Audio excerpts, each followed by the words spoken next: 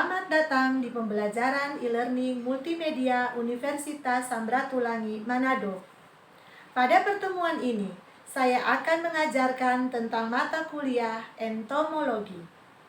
Mata kuliah ini diajarkan pada semester kelima, jurusan biologi FMIPA Unsrat. Mata kuliah entomologi dijabarkan ke dalam 10 topik yang meliputi topik yang pertama adalah serangga dan peranannya. Topik yang kedua, anatomi serangga.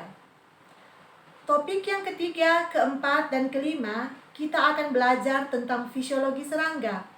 Khusus untuk topik yang ketiga, kita akan belajar mengenai sistem pencernaan dan sistem ekskresi. Sedangkan topik yang keempat, kita akan belajar tentang sistem respirasi dan sistem peredaran darah. Topik yang kelima, kita akan belajar tentang sistem saraf, sistem reproduksi, dan sistem perkembangbiakan. Sedangkan topik yang keenam, kita akan belajar mengenai taksonomi dan klasifikasi serangga. Sedangkan topik yang ketujuh dan kedelapan, kita akan belajar mengenai ordo-ordo dari serangga. Pada topik yang ketujuh, kita akan belajar tentang ordo Protura, Diplura, Collembola, Tisanura, Odonata, Epemeroptera, Orthoptera, dan Isoptera. Sedangkan pada ordo Tisanoptera, Hymenoptera, Hemiptera, Neuroptera, Lepidoptera, Diptera, Coleoptera, dan Hymenoptera, kita akan belajar itu pada topik yang ke-8. Sedangkan topik yang ke-9, kita akan belajar mengenai bagaimana perilaku dan ekologi dari serangga itu. Sedangkan topik yang ke-10, kita akan belajar tentang pengawetan dari serangga. Nah, adapun capaian pembelajaran mata kuliah ini adalah bagaimana kita mampu menguasai konsep dan penerapan bidang entomologi terkini untuk menunjang bidang keilmuan dari MIPA secara logis, kritis, sistematis, sesuai dengan perkembangan ipteks dan nilai norma, serta etika akademik di revolusi industri 4. Demikianlah penjelasan pendahuluan untuk mata kuliah ini. Dan baiklah, saat ini kita akan masuk pada topik pertama, yaitu serangga dan peranannya. Serangga dan peranannya. Serangga adalah kelompok hewan invertebrata yang mempunyai sayap, namun berbeda asal sejarah evolusinya dari vertebrata. Serangga disebut pula insekta, adalah kelompok utama dari hewan beruas atau yang disebut sebagai arthropoda yang bertukai atau berkaki 6 atau 3 pasang. Karena itulah mereka disebut pula hexapoda, yang dalam bahasa Yunani berarti berkaki 6. Serangga ditemukan di hampir semua lingkungan. Kajian mengenai peri kehidupan serangga disebut sebagai entomologi.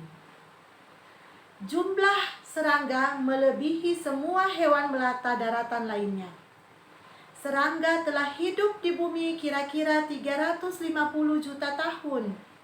Nah, selama kurun waktu tersebut, serangga telah mengalami perubahan evolusi dan menyesuaikan dengan habitat lingkungannya. Serangga memiliki konstruksi tubuh yang khusus, di mana struktur rangka berada di luar dengan urat syaraf yang membentang sepanjang bagian bawah tubuh dan jantung yang terletak di atas saluran pencernaan. Kebanyakan dari serangga, bentuk tubuhnya itu relatif kecil yang memungkinkan mereka untuk hidup di tempat-tempat yang tidak akan ditempati oleh hewan bertubuh lebih besar ukurannya. Nah, ukuran rata-rata berkisar dari kira-kira 0,25 sampai 3 330 mm dengan bentangan sayap 0,25 sampai 300 mm. Namun beberapa serangga bisa memiliki panjang dan ukuran yang lebih besar. Nah, salah satu juga ciri-ciri umum dari serangga adalah serangga juga memiliki warna yang beragam. Mulai dari yang tidak menarik sampai yang sangat menarik, berwarna kemilau dan berwarna-warni. Serangga terdiri atas beberapa bangsa atau ordo yang kita kenal, antara lain bangsa kumbang yang dimasukkan ke dalam ordo Coleoptera, bangsa kupu-kupu yang dimasukkan ke dalam ordo Lepidoptera, bangsa belalang yang dimasukkan ke dalam ordo Orthoptera, bangsa tabuhan yang dimasukkan ke dalam ordo Hymenoptera, serta bangsa kepik yang dimasukkan ke dalam ordo Hemiptera. Nah, setiap ordo tersebut memiliki ciri khas baik dalam bentuk, ukuran, maupun cara hidup. Nah, bila dibandingkan dengan vertebrata, serangga memiliki struktur yang mengagumkan. Lebah, tabuhan, dan sejumlah semut mempunyai ovipositor atau organ untuk bertelur yang berkembang menjadi penusuk racun atau senat yang merupakan alat untuk penyerangan atau pertahanan terhadap musuh. Ciri-ciri umum serangga juga lainnya adalah serangga merupakan hewan poikiloterm, di mana suhu tubuhnya akan turun jika suhu tubuh di sekitarnya itu akan menurun. Jadi mengikuti suhu yang ada di sekitarnya. Penurunan suhu tubuh ini menyebabkan proses fisiologi di dalam tubuh serangga ini menjadi lamban. Nah, bagaimana dengan siklus hidup dari serangga? Perkembangan dan siklus hidup serangga ini mulai dari tingkatan sederhana hingga yang kompleks dan menakjubkan. Mengapa? Karena banyak serangga mengalami perubahan yang sedikit saat berkembang, di mana serangga itu yang masih muda dan dewasa mempunyai kebiasaan yang sama dan hanya berbeda dalam ukuran besarnya saja. Nah, sebaliknya, kebanyakan serangga mengalami perubahan-perubahan sangat jelas dalam biakannya pada penampilan dan kebiasaan. Perubahan yang sangat jelas ini disebut atau dikenal sebagai metamorfosis. Nah, kebanyakan serangga mempunyai satu siklus hidup. Misalnya pada kupu-kupu, telur menetas menjadi larva dan tumbuh secara periodik. Dia akan mengalami pengelupasan kulit. Kulit bagian luar akan terkupas dan akhirnya berubah menjadi stadium pupa yang inaktif atau tidak aktif, dan dari stadium tersebut akan muncul dewasa yang telah memiliki sayap.